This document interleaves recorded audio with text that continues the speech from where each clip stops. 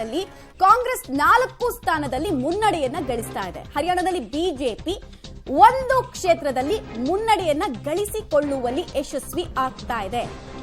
Local leadership ನ importance ಗಿಂತ national leadership ನ ಇಂಪಾರ್ಟೆನ್ಸ್ ಕೊಡ್ತೀವಿ ನಾವು ಅಂತ ಬಿಜೆಪಿ ಹೇಳ್ಕೊಂಡಿತ್ತು.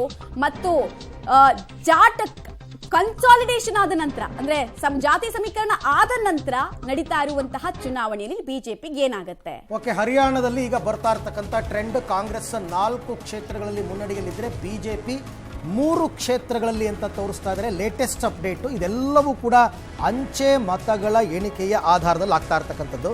ಇನ್ನು INLD ಕೂಡ ಇದೆ, ಇಂಡಿಯನ್ ನ್ಯಾಷನಲ್ ಲೋಕದಳ್ ಅಂತ ಅಂದ್ಬಿಟ್ಟು ಅವರು ಒಂದಷ್ಟು ಕ್ಷೇತ್ರಗಳಲ್ಲಿ ಸರ್ತಿ ಗೆಲ್ಲಬಹುದು ಅಂತ ಇದ್ದಾರೆ. ಬಟ್ ಚುನಾವಣೋತ್ತರ ಸಮೀಕ್ಷೆ ಲೆಕ್ಕಾಚಾರ ನೋಡೋದಾದರೆ ಕಾಂಗ್ರೆಸ್ಗೆ ಅಲ್ಲಿ ಬಹುಮತನೇ ಬರುತ್ತೆ, 46 ಸೀಟ್ ಅವ್ರು ದಾಟಬಿಡ್ತಾರೆ ಅಂತಕ್ಕಂಥ ಲೆಕ್ಕಾಚಾರ ಇದೆ.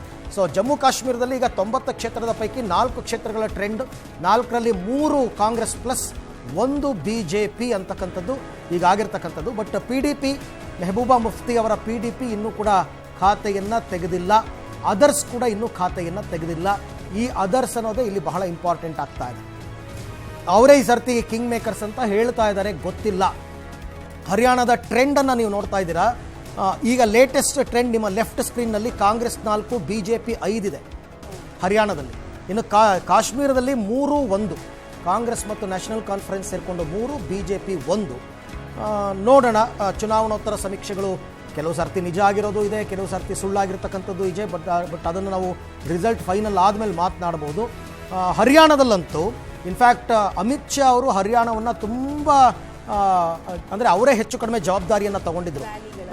ಮೋದಿ ಪ್ರಚಾರಕ್ಕೆ ಹೋದರೂ ರ್ಯಾಲಿ ಭಾಗವಹಿಸಿದ್ರು. ಬಟ್ ಅಮಿತ್ ಶಾ ಅವರ ಲೆಕ್ಕಾಚಾರದಲ್ಲಿ ಹರಿಯಾಣನ ಈ ಸರ್ತಿ ಮತ್ತೆ ಪಡಿಬೇಕು ಅಂತ ಅವರಿಗೆ ಅಲ್ಲಿನ ಸ್ಥಳೀಯ ನಾಯಕರು ಸ್ವಲ್ಪ ದಿಕ್ಕು ತಪ್ಪಿಸಿದ್ರು ಈ ಜಾತಿ ಸಮೀಕರಣದ ವಿಚಾರದಲ್ಲಿ.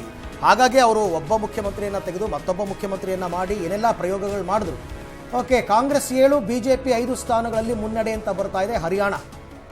ಓಕೆ ನೋಡಿ, ಒಂದೊಂದೇ ಕ್ಷೇತ್ರಗಳು ಬೇಗ ಆ್ಯಡ್ ಆಗ್ತಾ ಇದೆ.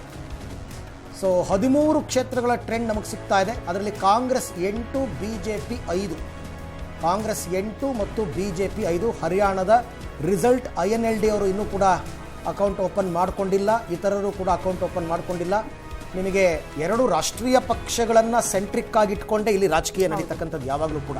ಸೊ ಹಾಗಾಗಿ ಕಾಶ್ಮೀರದಲ್ಲಿ ಮತ್ತು ಹರಿಯಾಣದಲ್ಲಿ 2ರಲ್ಲೂ ಕೂಡ ರಾಷ್ಟ್ರೀಯ ಪಕ್ಷಗಳ ಭವಿಷ್ಯ ಲೋಕಸಭಾ ಚುನಾವಣೆಯ ನಂತರ ಏನಾಗಿದೆ ಅಂತಕ್ಕಂಥದ್ದನ್ನು ನಾವು ನೋಡ್ತಾ ಹೋಗಬೇಕು. ಕಾಶ್ಮೀರದ ಟ್ರೆಂಡ್ ಅನ್ನು ಗಮನಿಸ್ತಾ ಇದ್ದೀವಿ. 90 ಕ್ಷೇತ್ರಗಳ ಪೈಕಿ 7 ಕ್ಷೇತ್ರಗಳ ಟ್ರೆಂಡ್ ನಮಗೆ ಸಿಗ್ತಾ ಇದೆ. PDP ಇನ್ನೂ ಲೀಡ್ ತೆಗೆದುಕೊಳ್ಳೋಕೆ ಯಾವುದೇ ಕ್ಷೇತ್ರದಲ್ಲಿ ಸಾಧ್ಯ ಆಗ್ತಾ ಇಲ್ಲ ಅಂಚೆ ಮತ ಎಣಿಕೆ ಸಂದರ್ಭದಲ್ಲಿ. ಬಟ್ ಅದರ್ಸ್ ನೋಡಿ, ಒಬ್ಬರು ಲೀಡನ್ನ ಅಲ್ಲಿ ಕಂಡುಕೊಳ್ತಾ ಇದ್ದಾರೆ. ಹರಿಯಾಣದಲ್ಲಿ ನೋಡಿ, ಮತ್ತೊಮ್ಮೆ ಮುನ್ನಡೆಯನ್ನ ಕಾಂಗ್ರೆಸ್ ಕಾಯ್ದುಕೊಳ್ತಾ ಇದೆ. ಆರಂಭಿಕ ಹಂತದಿಂದ ಕೂಡ ಕಾಂಗ್ರೆಸ್ ಪರವಾಗಿ ಸಿಹಿ ಸುದ್ದಿ ಕೊಡುವಂತ ಟ್ರೆಂಡ್ ಕಾಂಗ್ರೆಸ್ಗೆ. ಕಾಂಗ್ರೆಸ್ ಅಲ್ಲಿ ಆಲ್ಮೋಸ್ಟ್ 8 ಕ್ಷೇತ್ರಗಳಲ್ಲಿ ಲೀಡ್ ಅನ್ನು ಕಾಯ್ದುಕೊಳ್ತಾ ಇದೆ. ನೋಡಿ, ನಂಬರ್ ಕ್ಷಣಕ್ಕೂ ಅಪ್ಡೇಟ್ ಆಗ್ತಾ ಇದೆ. ನೋಡಿ, ಈಗ ಸಿಗ್ತಾ ಇರುವಂತಹ ಮಾಹಿತಿ ಪ್ರಕಾರ 12 ಕ್ಷೇತ್ರಗಳ ಲೀಡ್ ಸಿಗ್ತಾ ಇದೆ, ಬಿಜೆಪಿಗೆ 9. ನಂಬರ್ಸ್ ಏನ್ ಹೇಳ್ತಾ ಇದೆ ಅಂದ್ರೆ 15 ಕ್ಷೇತ್ರಗಳ ಟ್ರೆಂಡ್ ಸಿಗ್ತಾ ಇದೆ. ಅದರಲ್ಲಿ ಕಾಂಗ್ರೆಸ್ 12 ಕ್ಷೇತ್ರಗಳಲ್ಲಿ ಲೀಡ್ ಅನ್ನ ಪಡೆದುಕೊಳ್ತಾ ಇದೆ.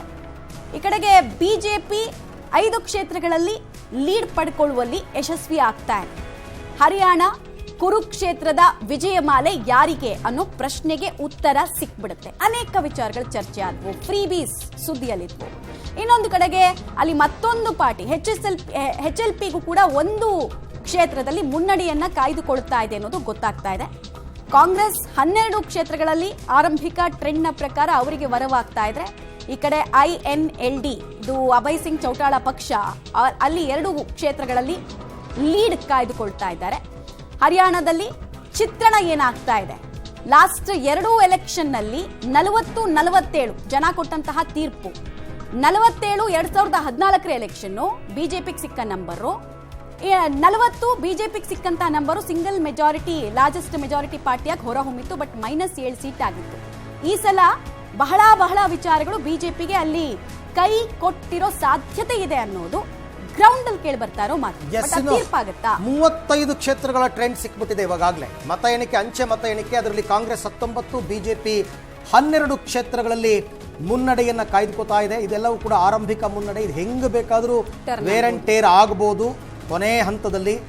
ಸೊ ಹಾಗಾಗಿ ಎರಡು ರಾಷ್ಟ್ರೀಯ ಪಕ್ಷಗಳು ಈಗ ದೊಡ್ಡ ಫೈಟ್ಗೆ ಇಳಿದಿವೆ ಅಂತಕ್ಕಂಥದ್ದು ಹರಿಯಾಣದಲ್ಲಿ ಕಾಂಗ್ರೆಸ್ ಮತ್ತು BJP ಎರಡೂ ಪಕ್ಷಗಳು ಕೂಡ. ಸೊ ಹಾಗಾಗಿ 19 ಕಾಂಗ್ರೆಸ್, 12 BJP, 2 INLD. ಹರಿಯಾಣದ ಟ್ರೆಂಡ್ ನಿಮಗೆ ನಾವು ತೋರಿಸ್ತಾ ಇದ್ದೀವಿ.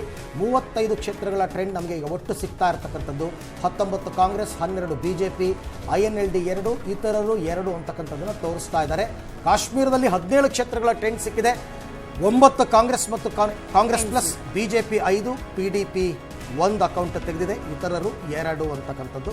ಸೊ ಎಲ್ಲಿಗೆ ಬಂದು ನಿಂತ್ಕೊಳ್ಳುತ್ತೆ ಅಂತಿಮವಾಗಿ ಅಂತ ನಮಗೆ 11:30 ಅಷ್ಟೊತ್ತಿಗೆ ಹೆಚ್ಚು ಕಡಿಮೆ ನಮಗೊಂದು ಟ್ರೆಂಡ್ ಸಿಗುತ್ತೆ.